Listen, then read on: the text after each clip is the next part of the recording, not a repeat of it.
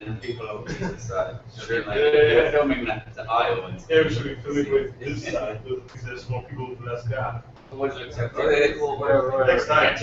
live. Okay, so everyone, welcome to Decentral Vancouver. Tonight we have Patrick Howell O'Neill, who is a crime reporter, and he was at every day of the Silk Road trial. So we're just going to go a bit into depth of of what happened, and Ross Ulbricht was found guilty of, on all accounts. So we'll see what that means and the future of this case and its significance in the crypto world. Just before, just gonna do a word for our sponsors. So as you guys know, Vertex, a big Canadian exchange, probably one of the biggest. They shut down the other day. This is Quadriga, they're from Vancouver, and their last trade was at $300, about 303. Yeah, so if you're looking for a new exchange, check out Quadriga. And also we have sponsor Vanbex. And Vanbex is a full-service crypto firm, so they help with marketing, and they help with the white paper and just getting your project out. Why did the other exchange? Because they said they had a security breach, and that they feel their reputation is too damaged. I feel like there's something else there that they're not saying. Decision too. It was a bit strange. They were looking for a way out. Yeah. They already sold all that ATMs. Yeah. Yeah, so they basically gracefully decided not to continue their business and they wanted to do the operations. Similarly, Valdo Stoch got closed a month or two ago. They also weren't reached really. They decided we want to pursue some other goals, so let's wind this operation down. And the margins are thin. As a Bitcoin exchange, it's only 0.5% on trading, and when there are too many exchanges, you just can't afford to have permanent full-time staff. although wasn't the Vertex fees a bit higher than that? For a while they had like 3% fees. That's like an average. That's what Quadriga is. Right? Yeah. If it was more, then that's probably the reason. So there's only 2 exchanges in Canada, and they're both in Vancouver, Quadriga and CoinTrader. Yep. I'm sure we'll start seeing some more as well. But anyways, Patrick, would you like to introduce yourself and what your background is and how you came about being a reporter for the Silk Road trial? Sure. So thank you guys for having me. My background, like you said earlier, I'm a crime and politics reporter for the Daily Dot, and my background is that in 2012, about a year after the Silk Road initially launched, I had heard about it around the time it launched, back when it first blew up in the media, but in 2012 I became really, really fascinated with it, and I started to write about it, and I started to write about Bitcoin more, and crypto, and InfoSec, and things like that. But Silk Road became a real sticking point for my coverage for a lot of reasons. I was curious about it, and also editors wanted writing about it. So I kept doing it, and it kept getting more and more interesting until the trial that I recently, like you said, I attended every day. And it's funny because you just said that we're going to go in depth on this trial, and I think that it's a really good trial to do that, but I also want to warn you that this trial was so weird, and there are so many hours of years of material that was suppressed or was included. It's going to be interesting to go back and see exactly what I recall. I'm interested to hear what you guys have to ask about it as well.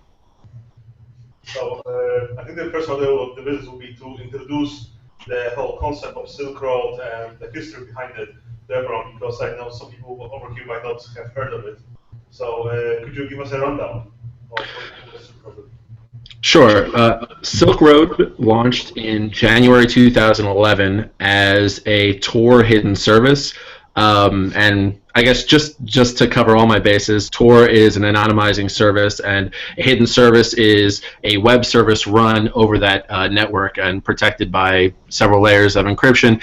And just the basics are, it's a hidden website where the location and the identity are unknown. And it was first launched so January 2011, after about a year of planning by Ross Ulbricht. That fact came out in the trial.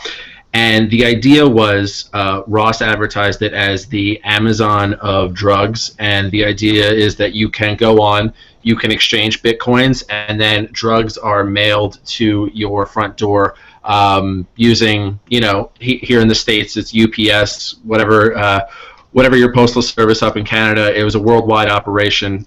Stealth was obviously a big part of it. Stealth meaning the ability of the vendor, of the drug dealer, to hide what's in the package so that it's not detected. And it worked an awful lot. It was kind of shocking how many packages were able to get through. There were over 1 million transactions in total throughout the Silk Road's lifespan, and only a very small fraction were caught.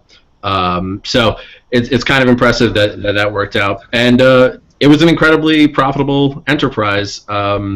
Depending on how you value the bitcoins and whatnot, I think that the current estimate is that it was a couple $100 million at least over 3 years. Right, and so I remember when Silk Road got busted, and I guess they arrested Ross and whatnot. So it was really funny to watch the price of Bitcoin at that moment too, because it went down, I think, around like 10%, and then after that, that's when the rise started happening. So it was almost like it was like validating Bitcoin's existence, that it still existed after Silk Road.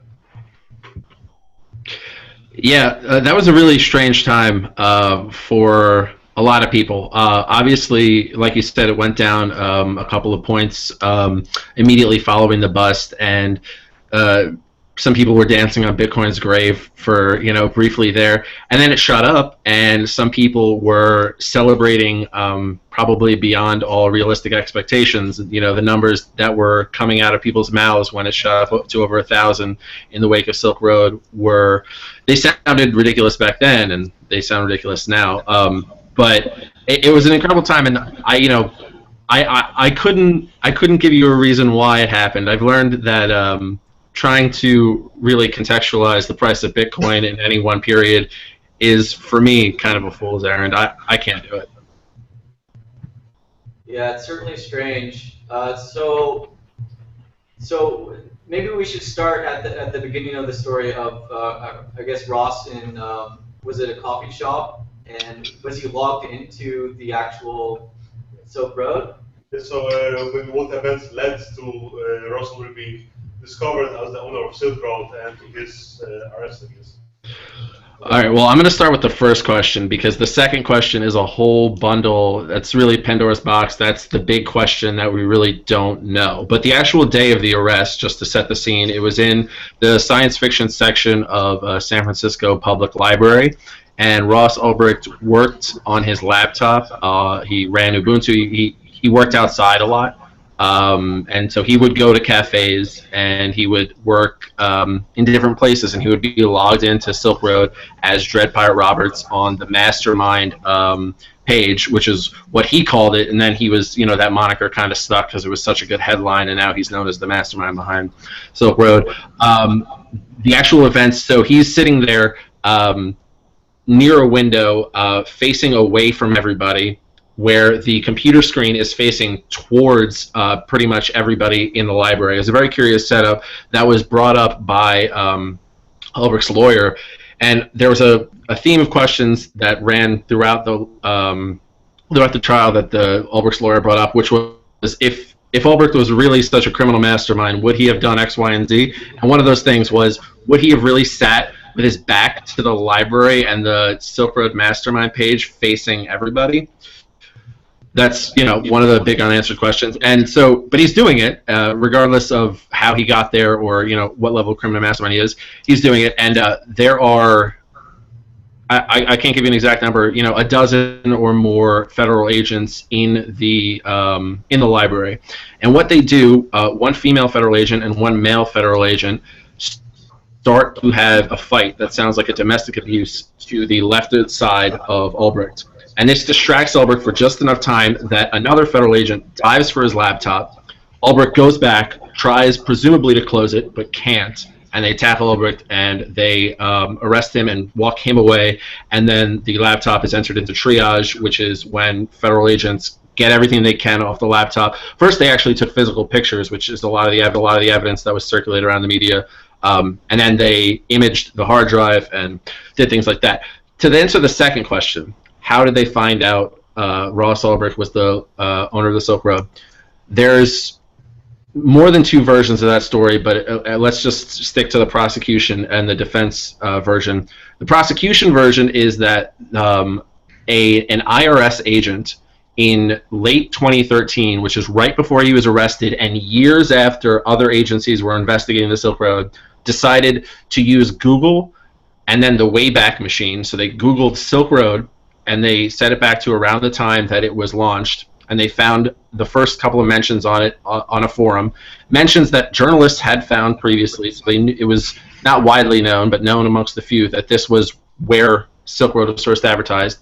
And then the IRS agent, the story goes, went to the Wayback Machine and found out that this account had been connected to Ross Ulbricht at gmail.com. On the same account, he had used his real name, and he had edited it out quickly, but it wasn't quick enough. And he did that on several. He also did that on Stack Exchange, and maybe one other forum as well is Bitcoin Talk, Stack Exchange, I think on Shroomery, which is a Magic Mushrooms website as well. He made similar mistakes 2 or 3 times.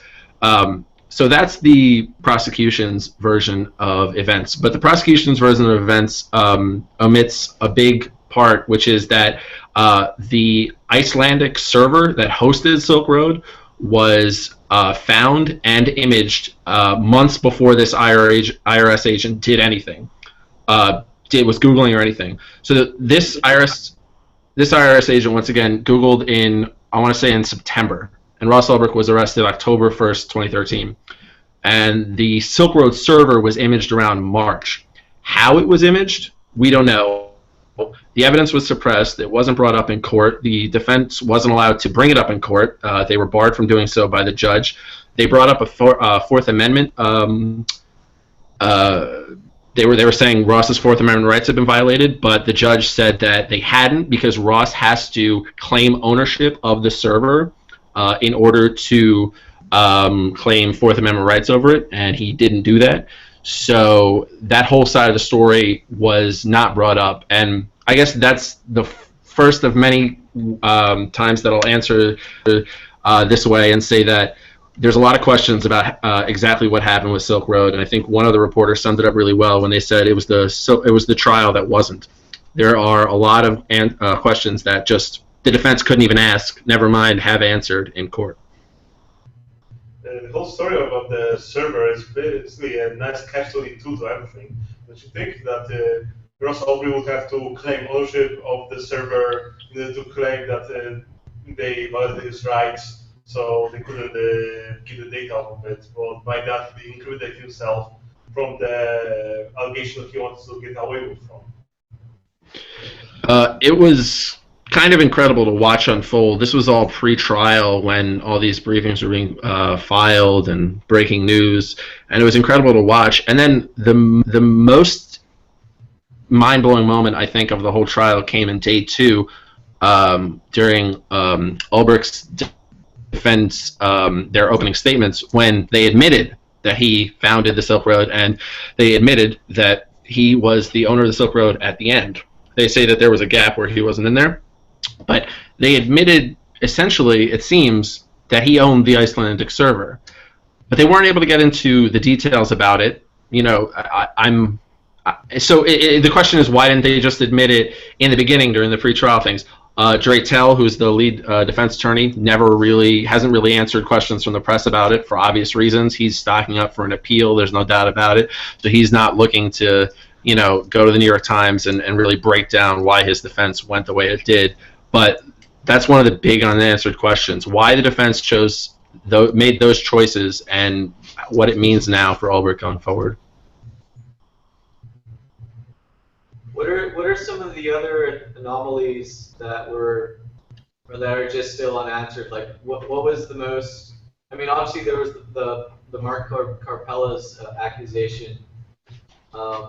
Maybe would you want to fill people in on that, or was that later in the trial? Or should we go in a chronological order, you think, or?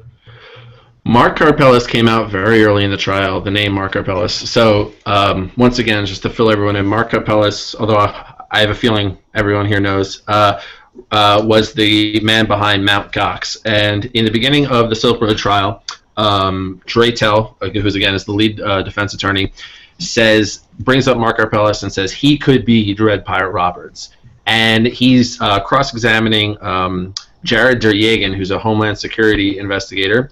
And it turns out that Homeland Security, and specifically this agent, believed that Mark Carpella's, for a time, believed that he was Dread Pirate Roberts. And they had ran an investigation about it. They had contacted other offices doing investigations into Silk Road about it. And there was actually interagency conflict about it because so this is the DHS, the Homeland Security agent in Chicago, who believes that Mark Carpella's is Dread Pirate Roberts, and he's talking to the FBI in Maryland, or rather Homeland Security in Maryland, and they're investigating Carpella's for his Mt. Gox issues, and then Carpella's comes out and says that in exchange for immunity for whatever may have happened during Mt. Gox, he will give them the name of the person that he believes is Dread Pirate Roberts.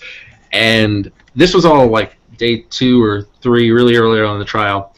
And we couldn't fucking believe it. No one in the courtroom could believe it. It was really an electric moment. I remember Ross was smiling when it came out. People were shaking their heads. And then that was a Thursday. There was no court Friday. There was no court Monday. And by the next week, that had been stricken from the record, and they were forbidden from asking about that again. And the reason they were forbidden, the judge said, was because what that agent believed or suspected is not evidence, which is, I think, people consider that to be the biggest piece of ammunition that Draytel has in filing an appeal, because this agent filed multiple sworn affidavits about Mark Carpella's being Dread Pirate Roberts, so he's suspected, and the evidence that he believed pointed that way. The one thing I would say that I'll get to more about Carpella's, but that's how he was introduced and then unintroduced pretty much, and almost never mentioned again throughout the trial, at least not in such a substantive way. So would that create a reasonable doubt?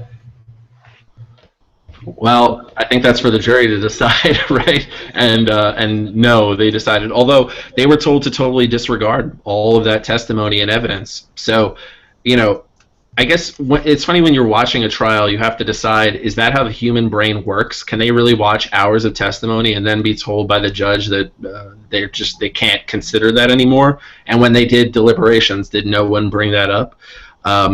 We don't know. We can't know. But regardless, it was a really quick verdict, guilty. And does it create reasonable doubt?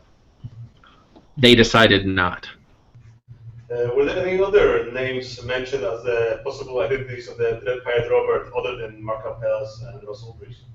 Yeah, there were several. I'm not going to be able to remember all of them. Ashley Barr, who worked with Mark Carpella's, maybe still works with Mark Carpella's, was mentioned as possibly the man, as the voice of Dread Pirate Roberts. Dread Pirate Roberts was a guy who wrote a lot of political essays. He had a very distinctive voice. He was Silk Road for a while was, it was a really political movement, and Dread Pirate Roberts' writing kind of drove that aspect of it. And Mark Carpella's, according to certain people, according to the prosecution or according to the investigators, didn't speak English well enough to articulate himself in the way that Dread Pirate Roberts did, so they thought that Ashley Barr was the voice. Again, this is the Homeland Security investigator who testified about this. There's a couple of other names brought up very briefly. We weren't able to really get into it again because by the court adjourned, and then by the next week it was struck, and they weren't allowed to pursue that line of questioning.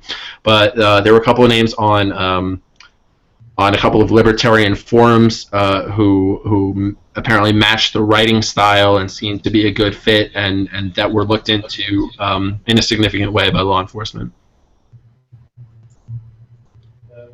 Just curious, was the file system on his laptop encrypted in any fashion?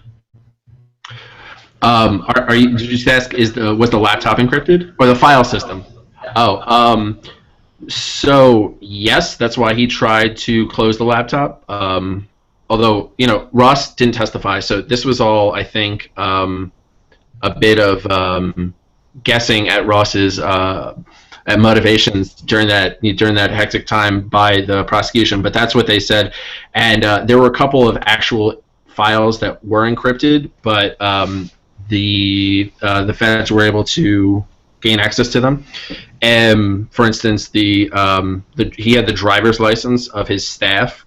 Every staff member, he had the driver's license on his laptop. He had it in an encrypted file, but I believe also on the laptop he had the passwords in plain text. I'm not exactly sure about everything, but something of that nature happened where it turned out some massive mistake turned out that the feds were able to gain access to that, and then all those guys were arrested in the following months.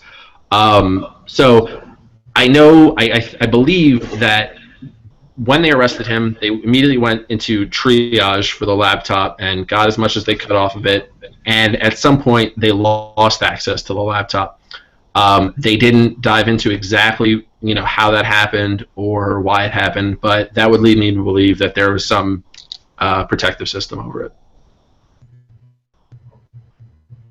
And what about the hit charges? I remember because one of the hits was actually in the town I grew up in White Rock, and I remember reading that you know, when it came out, and our police in White Rock were like, there's been no homicides at all.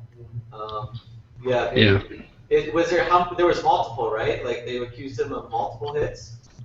Yeah, I think the number is like 5 or 6. But so this is a really weird part of the story. None of the hits actually happened, as far as police can tell. You know, like you just said, they looked up, in several of them were supposed to have happened in various places in Western Canada, and they were unable to find evidence of any actual hits. And those hits that specifically that you're talking about in White Rock, the best guess that I have and other people who have been closely watching it is that Dread Pirate Roberts got scammed by someone who has scammed Silk Road before and basically made him believe that he was in danger and had to pay hundreds of thousands of dollars to kill someone to protect his enterprise, and it didn't happen. None of those were charged except for one. So in New York, he was found guilty on I think 7 charges, but none of them were murder for hire. There is one murder for hire charge waiting for him in a Maryland federal court, and that was that murder, or he thought the murder took place in Maryland, I believe, and that was an undercover agent, and that was the one you guys might have heard about because it's so, you know, Hollywood ready that people talked about it a lot, is where they told him some hit was going to happen. They charged him about $80,000, and then they got a bunch of makeup and fake blood and sent him pictures and told them the hit had happened. But again, that hit didn't actually happen. But he's still awaiting those charges to face him, but he hasn't actually faced any murder for hire charges yet. That it was brought up in passing during this New York trial, but they weren't among the actual charges. Right. So, and what's the? I mean, I don't know how the court system works. So they're going to go for an appeal and then do another trial, then, or how does it work? Draytel has not come out with anything for sure, but the Ulbricht family is angling and hoping for an appeal, and I think Draytel is doing the same. So I think they're going to load up and really get prepared. I think throughout the trial they were trying to get appeal ammunition, is what appeal points is what the judge called it. And so yeah, they're going to file for an appeal, and then no matter what happens with this trial, he has the murder for hire trial hanging over him down in Maryland. Right. Sounds like there's a lot of fuckery about.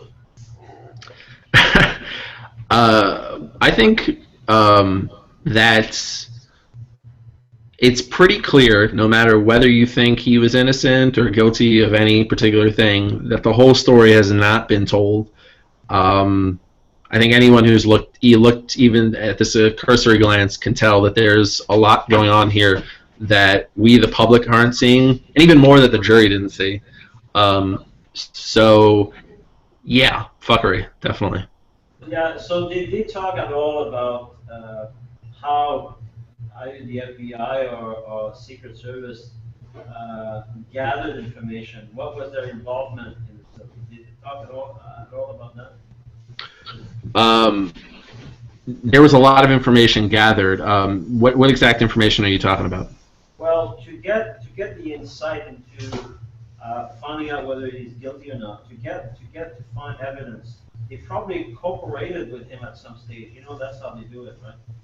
Yeah, there were a ton of undercover agents. So Jared Deryagan, who's the Homeland Security agent who talked about, he's the one who for a long time believed that Mark Karpeles was Dread Pirate Roberts, and that was kind of a bombshell. But he also was an undercover staff member at Silk Road, and actually when Ross Ulbricht was arrested, on his screen was a chat with the undercover agent.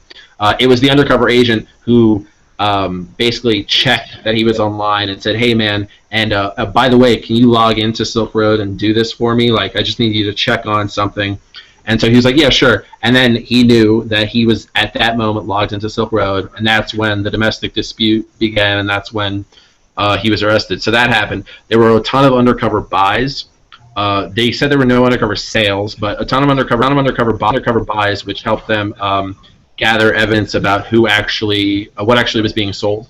There were a ton of intercepted buys, which, you know, like I said, only a small fraction was intercepted, but even a small fraction of over a million sales is significant. And so that the interceptions helped them bust a few buyers, but I think the more valuable thing was that it helped them bust big-time sellers. And so some of the big-time sellers were able to be flipped, and then their accounts and reputation, because after all, on tour, all you really are is your reputation.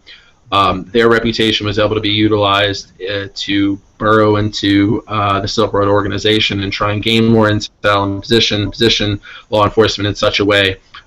You know, when he was arrested, there were multiple other investigations going on at the same time. So if he hadn't gone down in this one thing, I know that there was there was a Homeland Security investigation out of Seattle that was pinning for him in a different way, and like I said, there was the one in Maryland. So there was a lot going on in a lot of different ways that they were gathering intel. So do you have any personal inkling of what's going on? Like, are you trying to connect the dots? In what sense?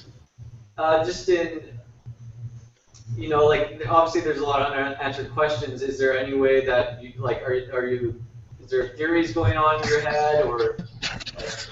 Sure. I mean, I think that everybody who has covered this extensively is probably wondering, about these questions, and I'm sure a lot of reporters are trying to figure things out. Theories going on in my head. I wish I had a whistleblower in the Homeland Security or something. I just there's a lot of information that I'm kind of resigned to the fact that I probably won't be able to get it for some time. Maybe things will come out over the course of years. I imagine that we won't know the full extent of what's really happened here for years and years and years. I mean, I am pursuing my own investigations. You'll have to forgive me for not kind of diving into what they are, just because they're ongoing. And I think I can get some key information. I think I've already posted a little bit of key information after the trial. I'll tell you what it is in a sec. But I think that I am resigned to the fact that there's going to be a lot of information that isn't out. One piece of information that I did find, which was silly and ridiculous, Dread Pirate Roberts had a stock of about 10 email addresses that he used on domains like safemail.net, and I had someone email me and tell me that the feds forgot to redact them on several of the files, redact them completely. The feds actually did a really bad job of redaction in this trial, which is great for reporters.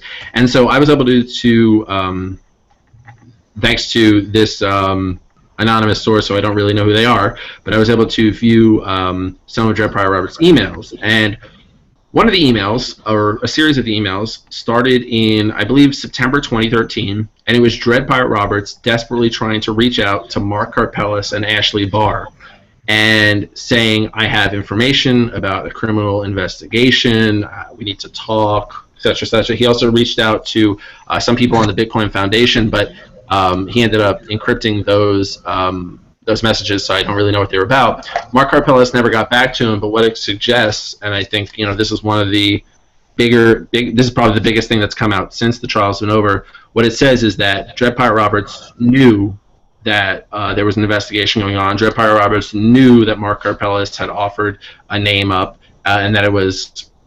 He said it was going to be the real Dread Pirate Roberts. He didn't know if it was Ross Ulbricht or not.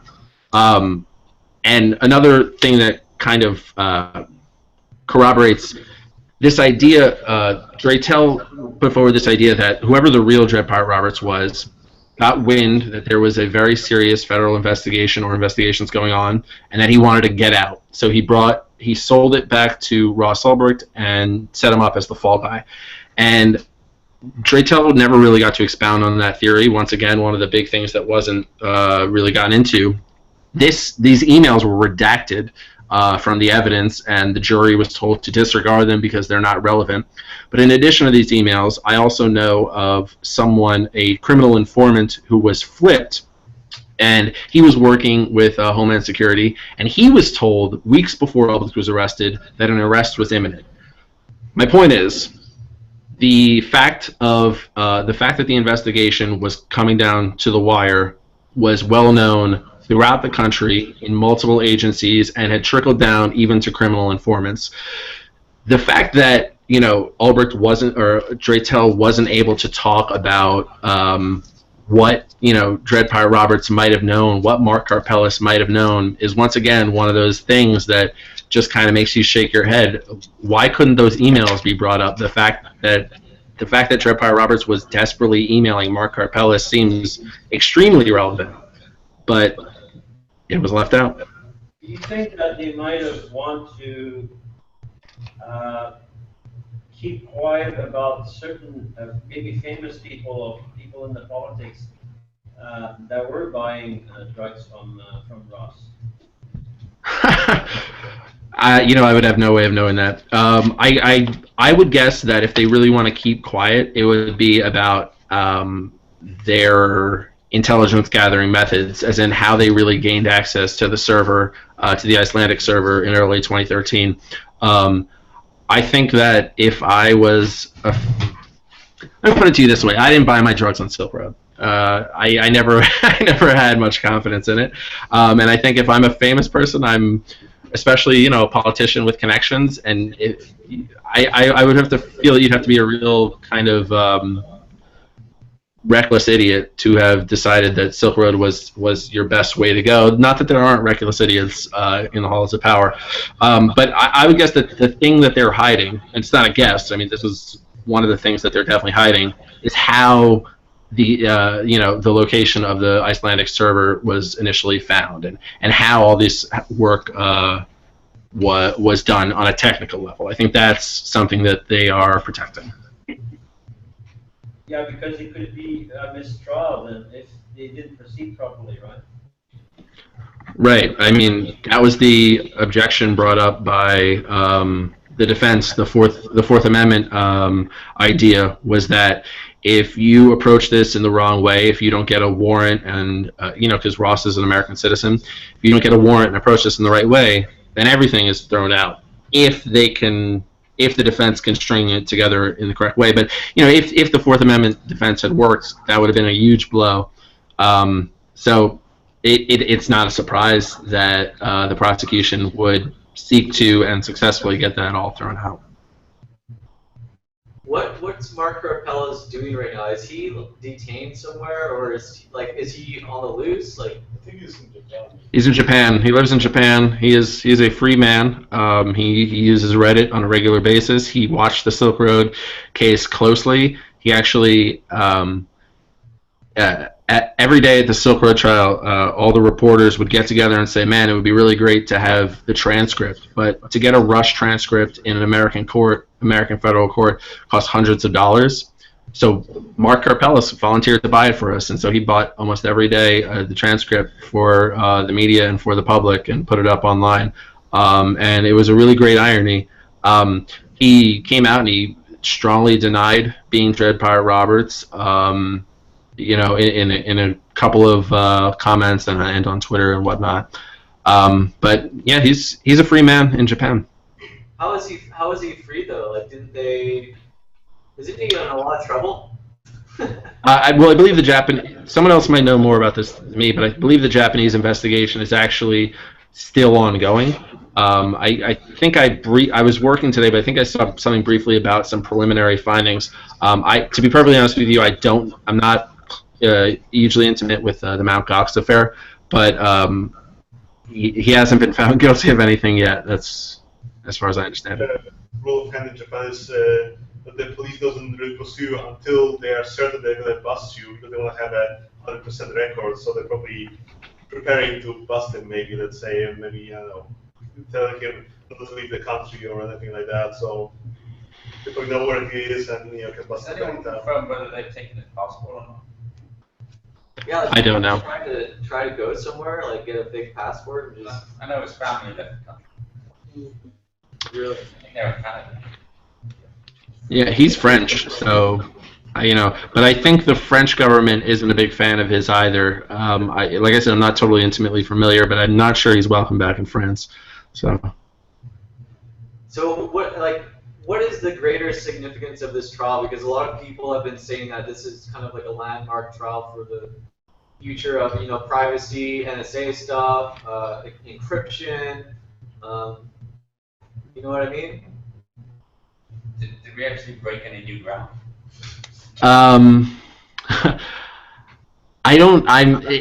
First of all, I'm not a lawyer, so it's tough to say. I'm not sure that any new ground on some of these bases was broken because so much evidence was suppressed, and by that I mean so many questions weren't allowed to be asked, so many ideas weren't allowed to be tested.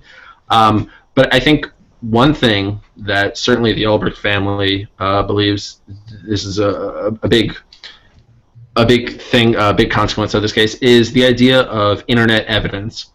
Almost every piece of evidence against Ulbricht was a chat log or a journal or a text, some kind of text file. And to say that a text file on someone's computer is what is essentially the noose around their neck.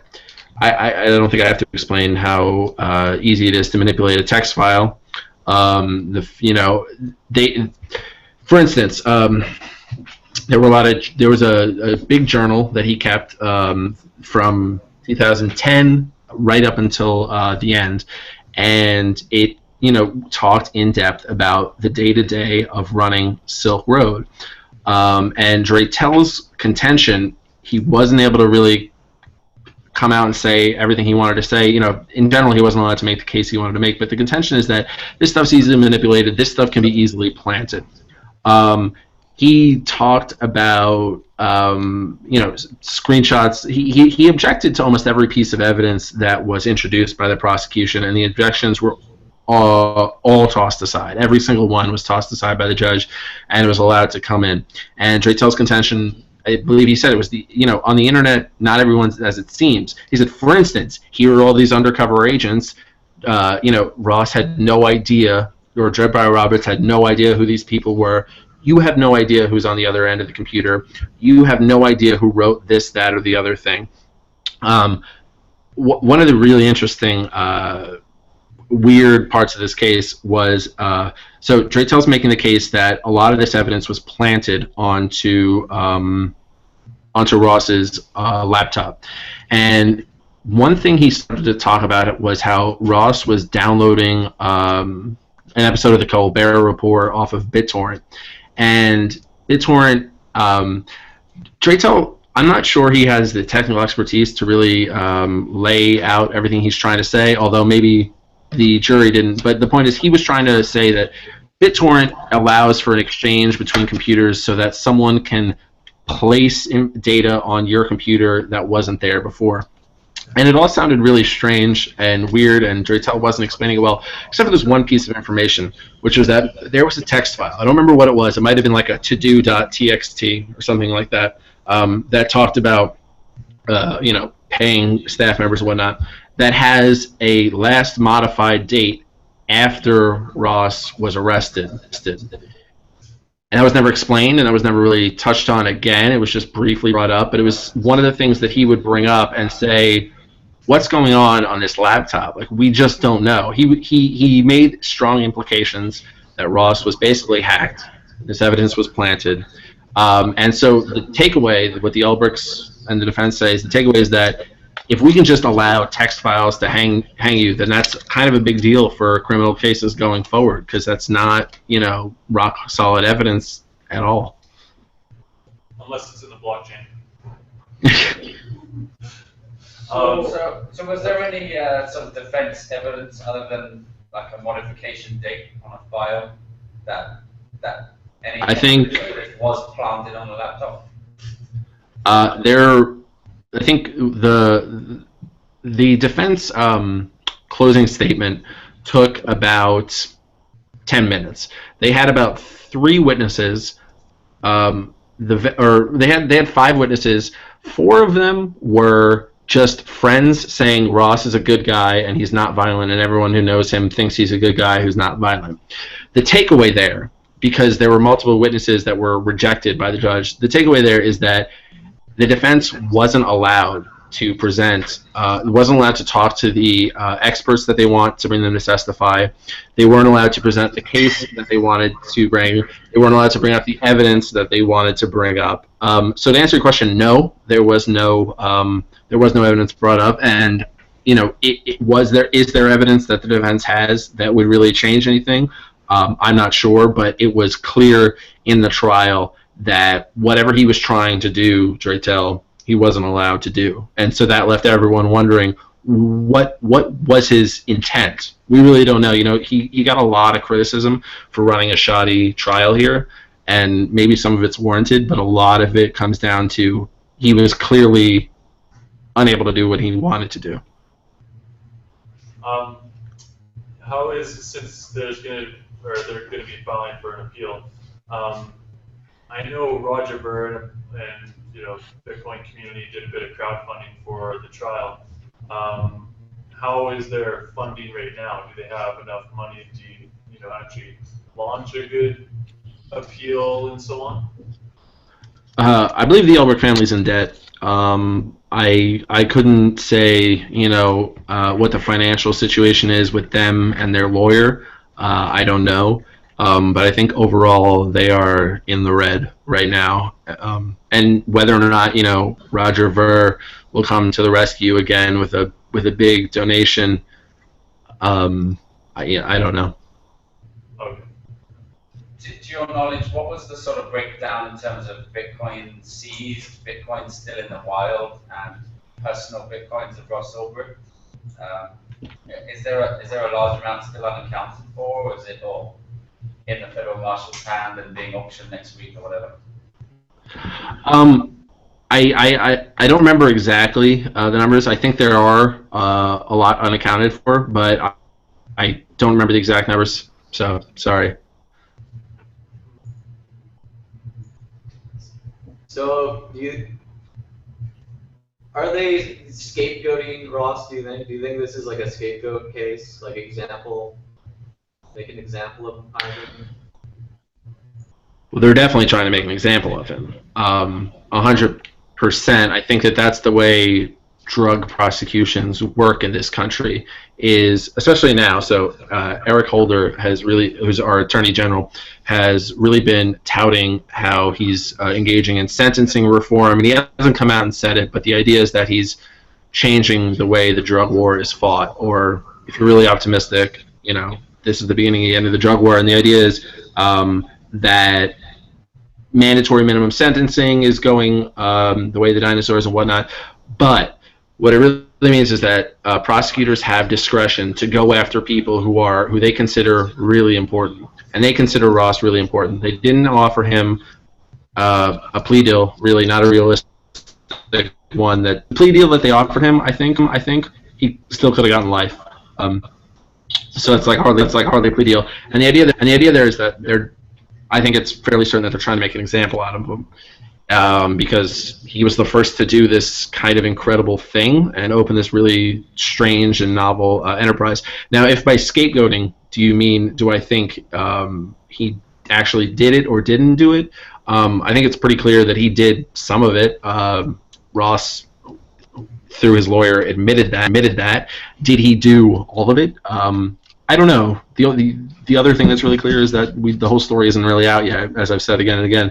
And I think that's the biggest takeaway from this trial. But then there's the question of what Ross did admit. I'm fairly certain puts him in jail for a long time anyway. Again, I'm not a lawyer, so hard to say exactly what that means. But I think the fact that he admitted he started Silk Road, which puts him at the start of a criminal conspiracy. And if you're involved in a criminal conspiracy for a single minute, you are liable for everything else that happens in that criminal conspiracy. So. Yeah. So yeah, I mean, because it just seems so futile now that I'm sure you've heard of Open Bazaar, the peer-to-peer exchange. Yeah. It looks like the future of markets are going to be, like these dark markets won't be able to be shut down, and they're just inevitable. And a lot of people are arguing that it's actually a good thing because there's not Mexican cartels chopping people's heads off. If everyone has access to drugs, and you know what I mean, like do you get the feeling that this is just like a futile fight? So I think there are a couple of things to sort of unwrap there. When it comes to Mexican cartels, I think the question you have to ask is, where did these major Silk Road drug dealers get these masses of drugs? Probably the same source that other people get their masses of drugs. And so the answer there, to my mind, would be decriminalization, legalization. That's what I think would really run against the cartels. But funny enough, Dreadpot Roberts wrote against legalization because he saw it as just an expansion of the state's power, taking away something that was theirs and making it the state's domain, and he didn't like that at all. That's obviously I'm not able to get into a deep debate with him because whoever he is is either in jail or silent or both. But I think that's a really interesting way to look at it. But it's something that I think a lot of people who talk about did Silk Road reduce violence. I think yes, and I think you're reducing street violence almost by definition. The sourcing of it, though, is really still a big question. In terms of futility for drug markets online in the future, hey, listen, there's still Silk Road style sites. I mean, Open Bazaar's, something that's right on the horizon, and it's really interesting. But it's not like they've shut down all the Silk Road style sites. It's not like those are gone, really. Agora and Evolution are still there, and they're still selling, and they both have bigger volumes of products listed. I don't know that they're actually selling more than Silk Road did. There's no way for me to really know that, but they have bigger product volumes for listing. So is it futile? If I was a betting man, I would say that this kind of thing is going to be around for a long time. Totally. Which is why they are making Ross an example, by the way, to circle back briefly. They're making him an example, but there's a lot of flaws in the way they approach it. And to me, it could be a weakness in the future for them, for the legal system. Can you see that? Do you see what I mean? Well, so what are the flaws, for example, that you see? Well, the fact that they're not transparent with all the evidence, that's a big one. The fact they didn't reveal emails, the fact they were seemingly hiding stuff that had no logical reason to be hidden. So again, I'm not a lawyer, but I think it worked for them. I think Ross is going to, barring something changing in the appeal, he's set to go to jail for a long time, and I'm not sure that it set them back legally in the future whatsoever. Was it fair? Was it transparent? Those are different questions, but I'm not sure that it set them back in terms of future investigations at all. No big precedents were set that would go against law enforcement, as far as I can see. I guess I always kind of bring this up, but back with the kind of sending money for an appeal, do you have any idea of somebody that kind of would be not in charge of that, but would be willing to kind of ask for donations from the public? Lynn Ulbricht, Ross's mother, has been asking for donations from the public since Ross got arrested. She's the one who got the money from Roger Ver. It's freeross.org is where she is soliciting them. Although she's on Twitter, she does speeches at political conferences. She's going to be at South by Southwest this year to do a panel. She's all over the place, and she's looking for money, absolutely. And so one interesting fact about the fundraising, Roger Ver obviously gave a lot of money, but Lynn Ulbricht, I think, believes, and I think there's some traction to this. Right when Ulbricht was arrested, all this news came out about a bunch of murder for hires, and ultimately they were not charged, and they never happened. But the fact that they came out right then, she believes, pulled the rug out from underneath someone who was a political hero to a lot of people, and kind of poisoned a lot of potential supporters. These charges never came to fruition, but you could argue that they've had an effect on public support and therefore on fundraising. Right. I guess one thing that I would probably all get in contact with her about is, I sent money for the first fundraising, so I was aware of freeross.org. But there's this app that came out with Mike Kern called Lighthouse, which is a really good crowdfunding decentralized app. So probably going to get in touch with her and then suggest that, because it just makes it easier to do. Totally. Yeah. Well, I wonder how Lighthouse would react to the fundraiser being happening on their website. Luckily, Lighthouse is decentralized, so and open source. There are two models for crowdfunding. One is like all or nothing, and the other is like keep what you receive. Yeah. And Lighthouse is only all or nothing, so she's got to set a target that she's got to hit, or she gets nothing. Correct. In my mind, I think that's. I think if somebody wants to do the one time, then they can go do that. But I figured Lighthouse is pretty good. But anyway, good point. Fair. Cool. So if there came up that Red Pirate was more than one person, would you find his name to be sort of poetic in reference to the character of the Pirate Roberts? Have you heard of that? Yeah, that's the reason he has the name. It came up in court, one of those chat logs of, the defense would say, of dubious origin, was one of his advisors coming up with the name, saying, we need people to believe that there were multiple people in charge, that Ross Ulbricht sold it in 2011. Ulbricht told his friends that he sold it in 2011, and then after that had a chat with his advisor, in which his advisor came up with the Jed Bar Roberts name and the whole mythos around it. It would be poetic. It would be, I don't, you know, ever since he first, obviously the name has been around since 2012, so that idea has been around, but he only ever said it in mid-2013, and no one's been sure what to believe since then, and I'm still not sure what to believe now, but it would be a kind of an amazing moment if that did turn out to be true. Cool. Well, yeah, does anyone have any last remarks or questions?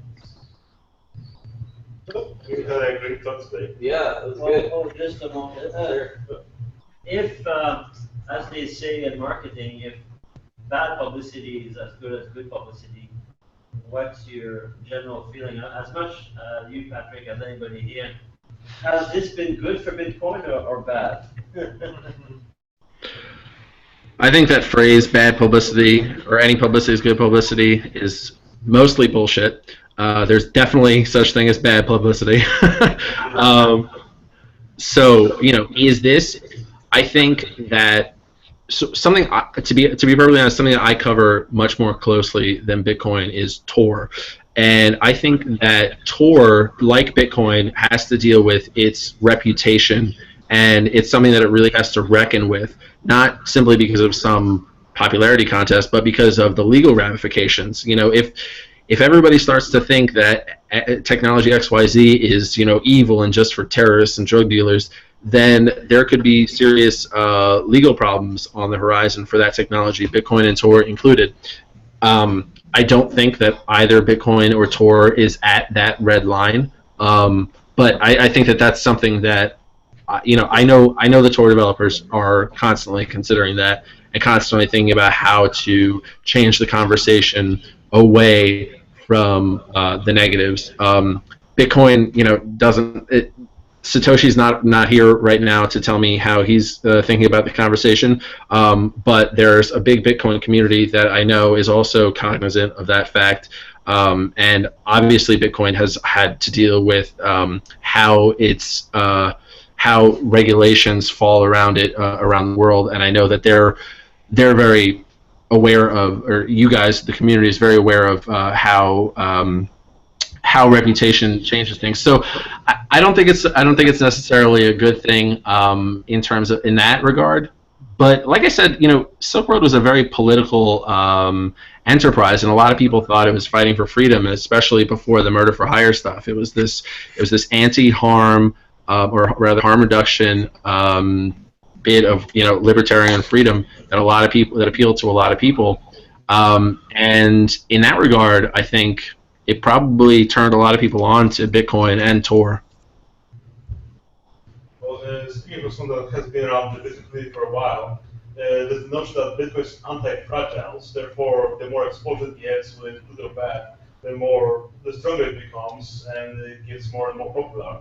Yeah. So it's in that regard, the whole Silk Road being shut down might be good for Bitcoin because, well, A, it got some exposure, and B, it also addressed a very old point in the Bitcoin community that the trackers were saying that the Bitcoin only has value because it's used for drugs, and then after the Silk Road got shut down, it's, you know, got up in value. So, well, there's that argument sort of crossed out in some regards. Yeah, it's still robust.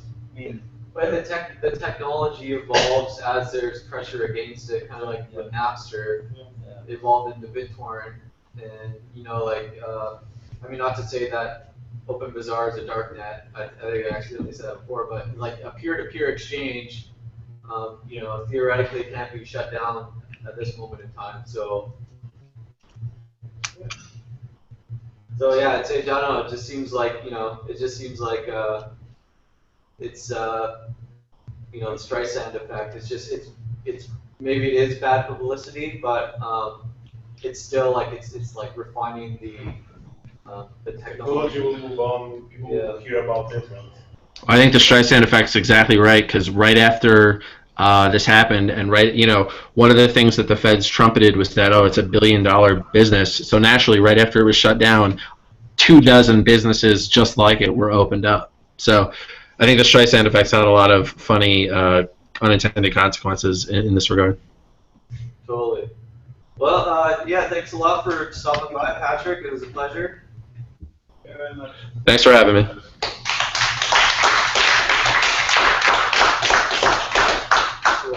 What are you working on next?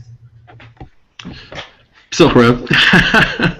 I'm trying to find out exactly what the hell happened and what's going to happen in the future. There's a lot of unanswered questions as we've gone over, and I'm going to see if I can answer any of them. All right. Well, I guess you have more information than we could have another talk in a couple months down the line or something. Yeah, if you want to pop in again when there's more. Yeah, I mean, if I am actually successfully able to turn anything up, absolutely. Cool, man. Well, have a good night, man. You too. Thanks again. Thanks.